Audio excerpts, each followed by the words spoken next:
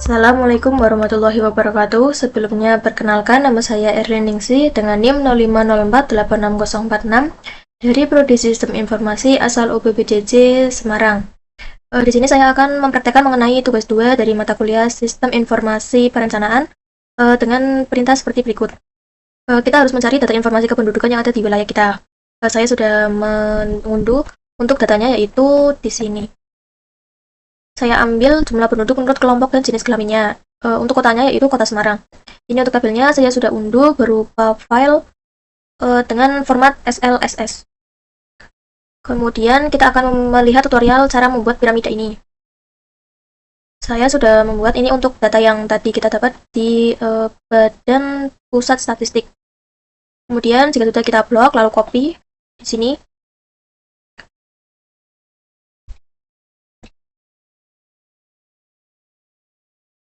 Kemudian kita blok pada tabel laki-laki ini. Kemudian pada tabel yang di atas ini kita ketikkan sama dengan, lalu min. Kita tambahkan yang tabel laki-laki di bagian atas. Kemudian enter. Di sini akan muncul minus 58107. Kemudian kita blok ke bawah untuk tabel yang bawahnya juga. Ini sudah. Kemudian kita lihat cara pengerjaannya. Saya sudah membuat foldernya. Setelah itu kita akan membuat chartnya. Ini kita blok semua, lalu pilih insert.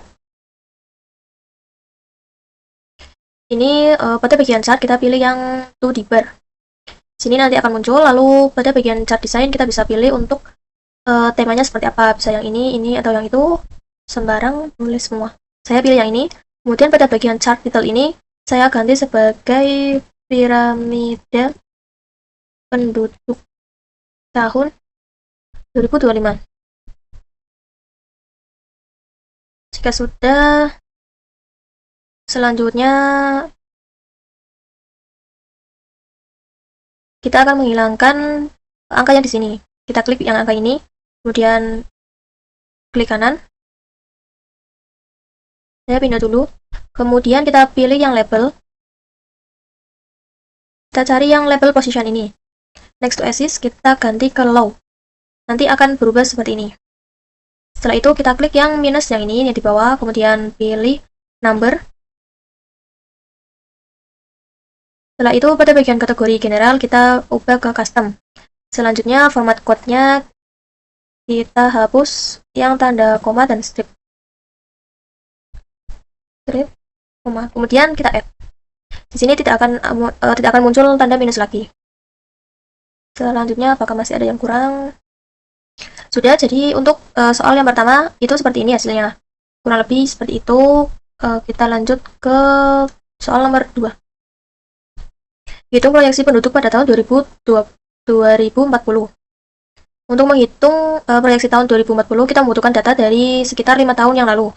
Di sini saya sudah mencari data dari 2021 hingga 2025 dengan total jumlah penduduknya sekitar 1 juta, dan yang paling banyak pada tahun 2023 dengan 3 juta, 3 sekian. Selanjutnya untuk menghitung rumus, kita akan menggunakan metode geometri, yaitu rumus laju pertumbuhan dengan simbol R. Rumusnya adalah seperti ini. R sama dengan PT dibagi PO. Kemudian di sini ada 1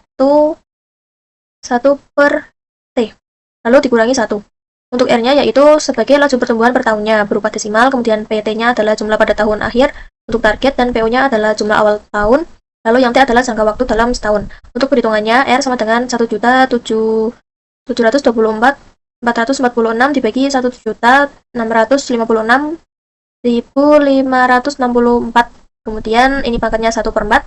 1/4 itu didapat dari yang ini. Ini ada selang tahun 4 tahun dari 2021 hingga 2025. Kemudian dikurangi 1. Lalu kita akan mendapatkan hasil sekitar segini, yaitu 0,010091, atau jika kita ubah dalam bentuk persen akan menjadi 1,01% selama per tahunnya. Kemudian kita akan menghitung proyeksi tahun 2040. Di sini kita menggunakan rumus geometri atau PT dengan rumusnya PT sama dengan PO, lalu 1 plus R pangkat T. Untuk PT-nya yaitu jumlah penduduk pada tahun 2025. Untuk R-nya adalah laju pertumbuhan, kemudian T-nya adalah selang waktu dari tahun 2040 hingga 2025, yaitu 15 tahun. Untuk perhitungannya sendiri yaitu P 2020 sama dengan 1.724.446 dikali 1 ditambah 0,010091 pangkat 15. Untuk P 2040-nya kita dapat 200.473.569. Ini adalah hasil dari proyeksi penduduk untuk tahun 2040. Kita lanjut untuk soal yang nomor 3, yaitu lakukan analisis perencanaan kebutuhan fasilitas kesehatan tahun tersebut, tahun data dan proyeksi kebutuhan Vaskes di tahun 2040 dengan menggunakan formulasi sebagai berikut. Untuk perhitungannya yaitu kebutuhan Vaskes sama dengan jumlah penduduk di wilayah kerja dibagi dengan standar penduduk per 1 unit Vaskesnya. Dengan catatan, 1 unit puskesmas melayani 30.000 penduduk atau disesuaikan dengan kepadatan dan luas wilayahnya masing-masing. Kemudian untuk perhitungannya seperti ini.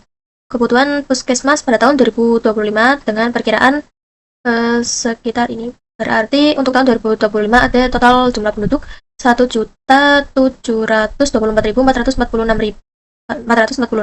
Kemudian dibagi dengan 30.000. Hasil yang didapat adalah 57,48. Saya akan belakang ke atas yaitu sekitar 58. Jadi untuk tahun 2025 kebutuhan Vaskesnya adalah sekitar 58 unit.